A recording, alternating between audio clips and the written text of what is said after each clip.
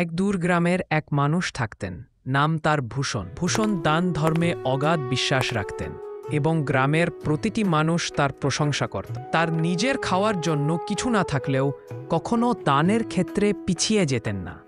একদিন সকালে ভূষণ রান্না করে খেতে বসেছেন, এমন সময় তার দরজায় একজন ভিক্ষুক এসে দাঁড়ায়। বাবা, একটু খাবার দাও, কাল থেকে কিছু খাইনি, শরীর চলতে চাইছে না। আরে কাকা, ভিতরে আসুন, আমার সঙ্গে বসে খান।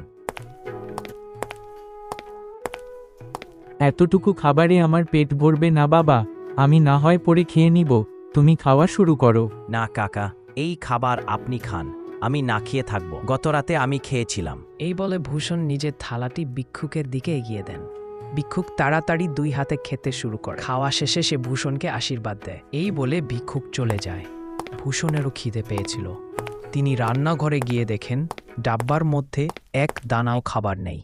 চল দেখি, কিছু কাজ খুঁজি। কাজ করে কিছু খাবারের ব্যবস্থা তো করতেই হবে, না ছাড়া আমি তো না খেয়ে অসুস্থ হয়ে যেতে পারি। কিন্তু আমার এটা ভেবে ভালো লাগছে যে আমার খাবার ওই অসহায় মানুষটার পেট ভরেছে, এটাতেই আমি শান্তি পাচ্ছি। এই বলে ভূষণ বাড়ি থেকে বের হন। তখনই গ্রামের মদনলাল নিজের স্ত্রীকে বলেন, এতক্ষণ ধরে একা একা এই আনাজের বস্তা টেনে চলেছি, আমি ক্লান্ত হয়ে পড়েছি। ওই দেখো, ভূষণ যাচ্ছি, ওকে একটু ডাকি। ভূষণ সাহায্য করবেই করবে। দান ধ্যান করার ভূত তো চেপেই বসে থাকে। নিজের কাছে কিছু না থাকলেও লোকের উপকারে করতে পিছু হাঁটে না। মদনলাল ভূষণকে ডাকেন। ভাই ভূষণ, কেমন আছো? একটু সাহায্য করতে পারো? কেন নয়, আমার ভাই অবশ্যই করতে পারি। আমি তোমার সঙ্গে বস্তাগুলো বাড়ি পৌঁছে দিই।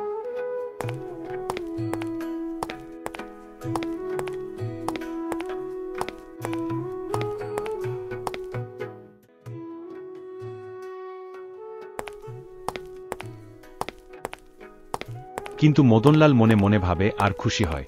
বোকা, একদম বোকা। আর একে বোকা বানানো তো খুব সহজ। ভূষণ না খেয়েই অনেকগুলো বস্তা টেনে নিয়ে আসে। শেষে ক্লান্ত হয়ে পড়ে। ভাই ভূষণ, তুমি না থাকলে রাত পর্যন্ত লেগে যেতে ভাই। এই বলে ধন্যবাদ জানাই মদনলাল। এরপর ভূষণ ধার করে মিলনের দোকান থেকে কিছু খাবার কিনে নিয়ে বাড়ি যায়। পরদিন সকালে ভূষণ দরজায় কান্নার আওয়াজ শুনে দরজা খোলে। দেখে প্রতিবেশী বীরজু তার স্ত্রীকে মারছে। আরে বীরজু, সকাল সকাল এটা কি করছো? কেন মারছো? তুই কে হোস আমার ব্যাপারে বলার? আমার স্ত্রীকে মারবো ধরবো, তাতে তোর কি? ভোরবেলা এইসব মারামারি? লোকজন দেখছে, এটা তো তার রোজকার ঝগড়া। দুধ না পেলে বউকে মারিস? ভূষণ খারাপ হয়ে যাবে, কিন্তু তোকে আবার বারণ করছি আমাদের ব্যাপারে কথা না বলতে। আর তুই এত কথা কেন বলছিস? আমার বউ তোর দাসী নাকি? এই বলে বীরজু আবার স্ত্রীর উপর হাত তোলে। ভূষণ আর সহ্য করতে না পেরে বীরজুর হাত ধরে এক চোট বসিয়ে দেয়। পাড়ার প্রতিবেশীরা সবাই বলে, সঠিক কাজ করেছো, মেয়েদের মেরে নিজেকে পুরুষ বলে ভাবো। এই নাও টাকা, আর চলে যাও। আর যদি কোনোদিন মারো, তাহলে থানায় ঢুকিয়ে পুলিশের হাতে মার খাওয়াবো, আমার সবাই মিলে। প্রতিবেশীরা সবাই ভূষণের প্রশংসা করতে থাকে। একজন মহিলা বলেন, আপনি সত্যিই মহান, সবার উপকার করেন। আপনি আমাদের পরবর্তী সরপঞ্চ হন। খবর আসতে আসতে পুরো গ্রাম ছড়িয়ে পড়ে এবং বর্তমান সরপঞ্চ সজ্জন সিংয়ের কাছেও এই খবর পৌঁছে যায়। উনি তো রেগে আগুন এই খবর শুনে। এইদিকে ভূষণ মনে মনে ভাবে, যার নিজের খাওয়ার ঠিক নেই সে সরপঞ্চ হবে। সজ্জন আর তার চাকর প্ল্যান করে কিভাবে ভূষণকে গ্রামের বাইরে বের করা যায়। গ্রামে ভোট হয় এবং সেই ভোটে ভূষণ জিতে যায়। কিন্তু এটা সজ্জন সিং একেবারেই মেনে নিতে পারছিলেন না। তো পরে রেশন বিতরণের সময় সজ্জন ইচ্ছাকৃতভাবে খাদ্যের মধ্যে ভেজাল মেশান। পরদিন গ্রামবাসী সবাই ভূষণের নামে অভিযোগ করে। এছাড়াও গ্রামবাসীরা ভূষণকে বলে, ভূষণ, তোমাকে আমরা কত বিশ্বাস করেছিলাম, আর তুমি কিনা শেষ পর্যন্ত ভেজাল রেশন দিলে। সবাই ভূষণকে গালাগালি করে এবং গ্রামের বাইরে করে দেয়। সজ্জন সিং তো খুশি হয়, কারণ এ তার প্ল্যানেরই ফল। আমি কেন ভেজাল দেব? নিশ্চয় ওই সজ্জন সিংরে কাজ। তাও গ্রামবাসীরা আমার একটা কথাও কেউ বিশ্বাস করল না। গ্রামবাসীরা ভূষণকে গ্রাম থেকে বের করে দেওয়ার পরে আবার সজ্জন সিংকে সরপঞ্চ মেনে নেয়। কয়েকদিন পর সজ্জন সিংরের চাকর দুই লোককে কথা বলতে শুনে জানতে পারে ভূষণ নাকি জঙ্গলে আত্মহত্যা করেছে। চাকর এই খবর পেয়ে দৌড়াতে দৌড়াতে রাজমহলে গিয়ে সজ্জন সিংকে জানায়, রাজামশাই, রাজামশাই, আপনার জন্য একটা খুশির খবর এনেছি, যেটা শোনার পর আপনি খুশিতে আত্মহারা হয়ে যাবেন। আমার বেশি হার্টবিট না বাড়িয়ে তাড়াতাড়ি বল কি হয়েছে। বলছি রাজামশাই আপনার শত্রু ভূষণ চিরদিনের জন্য চলে গেছি। কোথায় গেছে শুনি?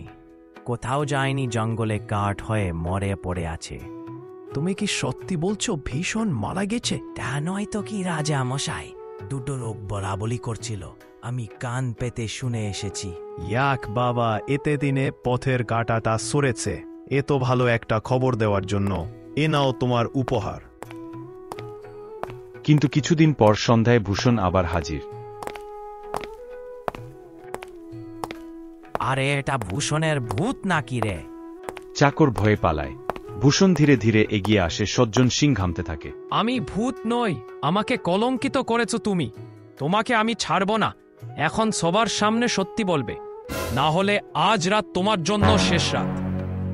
সজ্জন সিং ভয়ে বলে, আমি বলবো, আমি সব বলবো, সত্যি বলবো, আমি যা যা করেছি। রাতেই গ্রামের সবাইকে ডেকে স্বীকার করে। রেশনের মধ্যে ভেজাল আমি আর আমার চাকর দুজন মিলে মেশাইছিলাম। ভূষণ মেশানি, ভূষণ নির্দোষ। এটা ছিল একটা পরিকল্পনা, সত্য উদ্ঘাটনের জন্য। গ্রামবাসী সবাই দুঃখ প্রকাশ করে ভূষণের কাছে, এবং সবাই ক্ষমা চায়। সত্যটা যাচাই না করেই ভূষণকে দোষী সাব্যস্ত করার জন্য ভূষণকে আবার গ্রামের সরপঞ্চ বানায়। এই গল্পটা আমাদের মনে করিয়ে দেয়, সত্যকে চাপা দেওয়া যায়, কিন্তু চিরদিন নয়। ভালো মানুষদের ব্যবহার করে অপবাদ দিয়ে দূরে ঠেলে দেওয়া যায়, কিন্তু একদিন না একদিন সত্য ফিরেই আসে। ভূষণের মতো মানুষেরা সমাজের আয়না। তারা অন্যায়ের প্রতিবাদ করে, অন্যের জন্য ত্যাগ স্বীকার করে, এবং শেষ পর্যন্ত ন্যায়ের পথেই জয়ী হয়। এই ভিডিওর মাধ্যমে আমরা বলতে চাই, কাউকে শুধু শুনে বা না বুঝে দোষারোপ করবেন না। যারা সবসময় সমাজের ভালোর জন্য কাজ করে, তাদের পাশে থাকুন। অন্যায়ের বিরুদ্ধে মুখ খুলুন, কারণ আপনার একটা প্রতিবাদ অনেকের চোখ খুলে দিতে পারে। সত্য কখনো মরে না, কখনো হার মানে না। ভিডিওটা ভালো লেগে থাকলে একটা লাইক করে চ্যানেলটা সাবস্ক্রাইব করে রাখবেন। ধন্যবাদ।